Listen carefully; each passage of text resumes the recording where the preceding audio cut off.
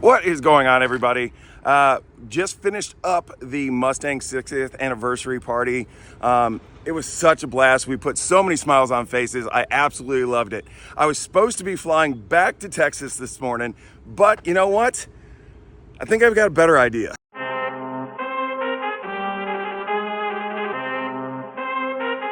I need all the wins, yeah. Ain't no L's, I gotta get a no call and quits, yeah. Gotta keep on moving no matter how hard it gets, yeah.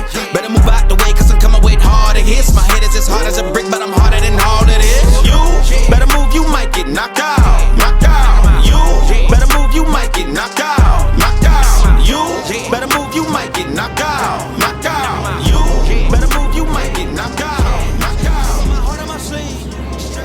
This here is the new 2024 Mustang RTR Spec 2, and I just picked this thing up out in North Carolina. Now, some of you guys came to this channel because you really liked what I was doing with the GR Corolla, or you hated what I was doing with the GR Corolla and just wanted to know more about the GR Corolla. So maybe you guys will be interested in this. This is the latest from RTR Vehicles. I'm not gonna lie, my employer. So as you may or may not know, I already own an RTR. I own a few of them, and the current vehicle that I had was a Mustang RTR Spec 5 10th anniversary. And as you may have seen in a video, that thing was hit and is currently sitting at the shop getting reworked. So what is the difference between the car that I have and this car? Well, first of all, wide body. But outside of that, the majority of it comes from the fact that this is a whole new body style. I love one of the biggest changes to the RTR, and that is the integrated air intake lights up front. Now, before, the RTR lights did have intakes into them, so it would lead into your single intake. But now, these new cars have dual intakes on the new Coyote. And another thing that has changed for this year is the integration of the switchback turn signals. A lot of people have been asking if there was amber option, if they would work with the turn signals, if anything would happen, and it was always no. But you know what? We aim to please within reason, and we went ahead and put that on there. So it's a real cool touch. It goes with the stock turn signal that you see above the headlight and then goes into the RTR light.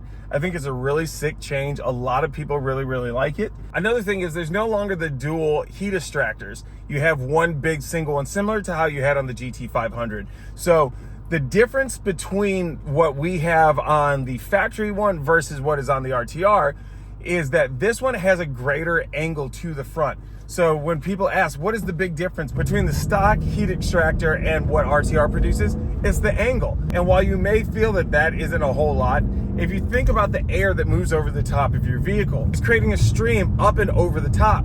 So any air that is coming out through your hood has to fight the air that's moving over the top of the vehicle. So you change the angle on that, all you're doing is deflecting the air for a little bit longer that's coming over the front of the vehicle. It creates a pocket then underneath that air to suck the hot air from the engine bay out and over the top of the vehicle. We also have larger pill pattern grill up front in the corner grills, so that'll suck in. You can either block that off on EcoBoost models, or if you have the trans coolers and whatnot up front, it'll affect those as well. Everything on this vehicle was thought of from top to bottom, and it also features the RTR Tactical Performance Suspension. Well, oh, hey, another Mustang. What up? With the Tactical Performance Suspension, this is an adjustable suspension. And while some people may ask if it's fully adjustable, it is to a point. You're not going to be able to adjust your ride heights, but we do have a 1-inch lowering spring on here. And then you can adjust the dampening for both your shocks and your struts, which I have used many times on the track and comes in real handy, especially if you're doing something like autocross and some light track work. If you're doing anything more than that, you're going to want to step up to a coilover, but this works great for back roads, autocrosses, and light track work. And to top that off, you can also adjust your sway bars, so you can stiffen up your ride. With my car on the Spec 5 10th anniversary, I have that thing so stiff I can 3-wheel that thing, which is sick, but you don't need that all the time for the road. And this thing here is the perfect balance of power to style to functionality, and I couldn't be happier with this thing. So some of you are probably just saying, the only reason you're doing this video, the only reason why you're singing the praises of RTR is because they pay your bills. That's only a small portion of it. No, the reason I'm doing this is because I love this car. If you guys don't know this, I actually run the RTR YouTube channel. So if I wanted to do a fluff piece about one of our vehicles, I would have done it there. The reason I'm doing it here on my channel is the same reason why I have purchased almost every single vehicle we have produced since 2015, is because I love these things. These things are awesome. Tell me another vehicle that you can get for this price point with this horsepower, this kind of styling, handling, and uniqueness anywhere. I'll wait. Actually, no, I won't, because you can't. This thing here, for a Spec 2 in the premium package trim level, you're looking at upper 60s, lower 70s for this price point. And it's a unique vehicle. Each one of these are serialized. This one here is a low number, but overall, we are probably at, like, I want to say number 116, 117 so far within 4 months of building this vehicle.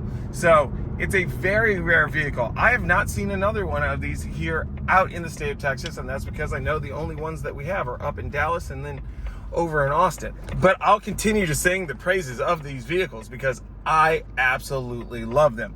And if you want something that's a little bit tamer than this, if you just want something that's more styling based, get a Spec 1. Spec 2 is great for going to the track, having some fun on the weekends with your friends, going on the back roads. If you want something a little bit more wild, a little bit more horsepower, and I'm talking to the tune of 750, 800 horsepower, wait until later this year when the Spec 3 comes out. And if you want something absolutely insane, wait until the Spec 5 comes out next year. Okay, so if you watched my last video about the GR Corolla, you're probably asking yourself, how much did I overpay for this thing? Did I pay $1,800 in markups, $5,000 in extra add-ons? The actual price that I paid for this is $0.00. That's because this car is not mine. It actually belongs to Vaughn Gittin Jr., my boss, president of RTR, and professional fun haver, as he likes to call himself, and so does the rest of the world. This car here is going on a tour with me and Ford for the Mustang Unleashed tour. We're going to be doing events all over the country where I lead cruises for new Mustang owners, and they get to experience everything about the new Mustang 2024 S650. So that's why I have that. I'm probably going to have it for a few months, have a little bit of fun with it before it ships back out to Vaughn, and he can decide whether he wants the bronze wheels or the black wheels. My vote is for the black wheels. But until then, I'll catch you guys in the next one. Make sure you like, subscribe, and follow for more. Peace.